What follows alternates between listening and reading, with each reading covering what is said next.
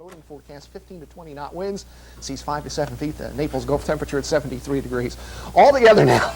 Can you open a window in here or something? I don't know what's going on. It's in the 50s outside. I wish we had a window here.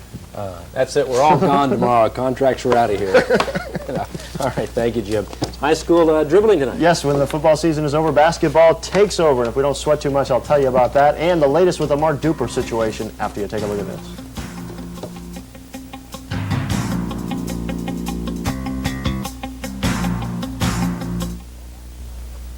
Well, basketball is taking center stage, or center court, if you will, this time of year. Tonight, Mariners tip-off tournament matched four pretty good area high school teams, and in the first game, Mariner led Lebanon-Day by 2 going into the fourth quarter, but the Tritons took command. Donald Jenkins hit the short jumper there, and that put him up by 4, 42-38. But the night belonged to Alvin Ashley of the Tritons. He scored 11 of his 28 in the fourth quarter. Here he pops the three-pointer, put the Tritons up by 6, and Mariner outscored Lebanon-Day 20-8 in the fourth.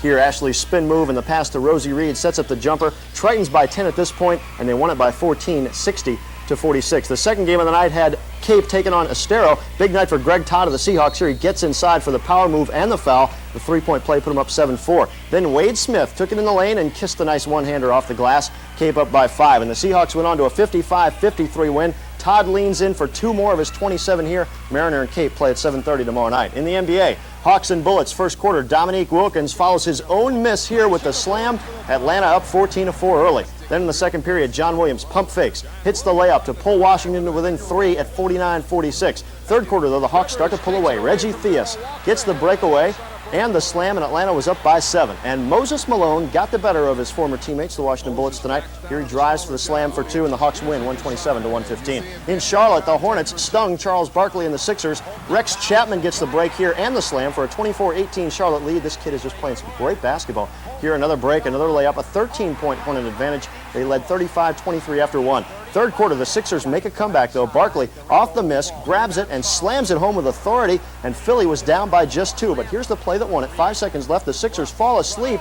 Kelly Tripucka is wide open for the layup. He had 25, and Charlotte led by 2. But they call a timeout. They get it to Barkley. He drives. The layup goes, but they call Charles for the charge. He cannot believe the call.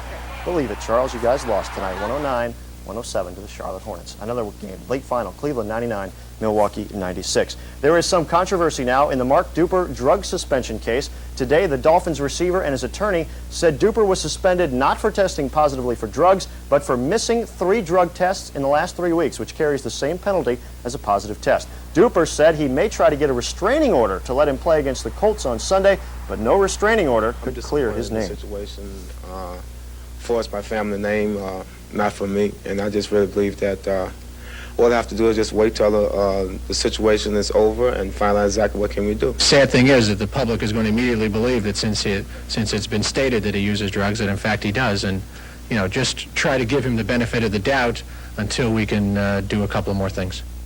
Duper had tested positively for drugs back in August and had been tested 3 times a week since then, but when he missed his latest test, the league slapped him with that suspension.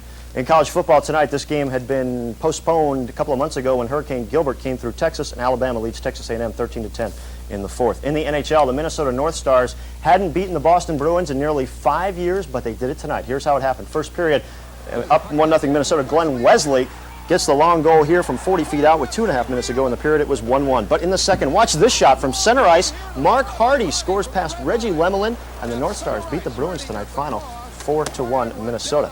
Elsewhere, Montreal and Philadelphia skated to a 2-2 tie. Detroit all over Quebec, 7-3.